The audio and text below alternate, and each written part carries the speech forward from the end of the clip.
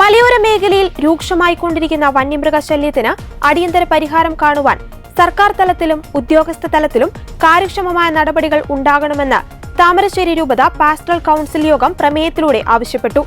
ഒട്ടേറെ ആളുകൾ മരിക്കുകയും നൂറുകണക്കിന് ആളുകൾക്ക് പരിക്കുപറ്റുകയും വ്യാപകമായി കൃഷി നശിക്കുകയും ചെയ്ത സംഭവത്തെ നിസ്സാരവൽക്കരിക്കുന്ന അധികൃതരുടെ നടപടിയിൽ യോഗം ഉത്കണ്ഠയും പ്രതിഷേധവും പ്രകടിപ്പിച്ചു. നിർബാധമായി വിഹരിക്കുന്ന വന്യമൃഗങ്ങൾ മലയോര മേഖലയിലെ കർഷകരുടെ ജീവനെടുക്കുകയും കൃഷി നശിപ്പിക്കുകയും ചെയ്യുന്നത് വന്യമൃഗങ്ങളെ ഉപയോഗിച്ച് മനുഷ്യരെ കുടിയിറക്കുവാനുള്ള അപ്രഖ്യാപിത നീക്കത്തിന്റെ ഭാഗമാണോ എന്ന് സംശയിക്കേണ്ട സാഹചര്യമാണ് ഇപ്പോൾ ഉള്ളത്.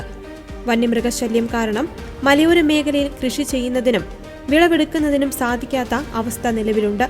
കേന്ദ്ര സംസ്ഥാന സർക്കാരുകളുടെ നിയമങ്ങളനുസരിച്ച് വന്യമൃഗ ആക്രമണത്തിൽ ഒരാൾ കൊല്ലപ്പെട്ടാൽ 25 ലക്ഷം രൂപ വരെ നഷ്ടപരിഹാരം നൽകാൻ സാധിക്കുമെന്നിരിക്കെ മരിച്ചയാളുടെ മൃതദേഹം വെച്ച് സമരം ചെയ്യുമ്പോൾ 10 ലക്ഷം രൂപ പ്രഖ്യാപിച്ച് ഉത്തരവാദിത്തം ഒഴിയുന്ന സർക്കാർ നിലപാട് പ്രതിഷേധാർഹമാണ്. വന്യമൃഗശല്യത്തിൽ മരണം സംഭവിക്കുന്ന കുടുംബങ്ങൾക്ക് മതിയായ നഷ്ടപരിഹാരം നൽകുകയും കൃഷിനാശത്തിന് 3 മാസത്തിനുള്ളിൽ അർഹിക്കുന്ന നഷ്ടപരിഹാരം നൽകുകയും വേണം.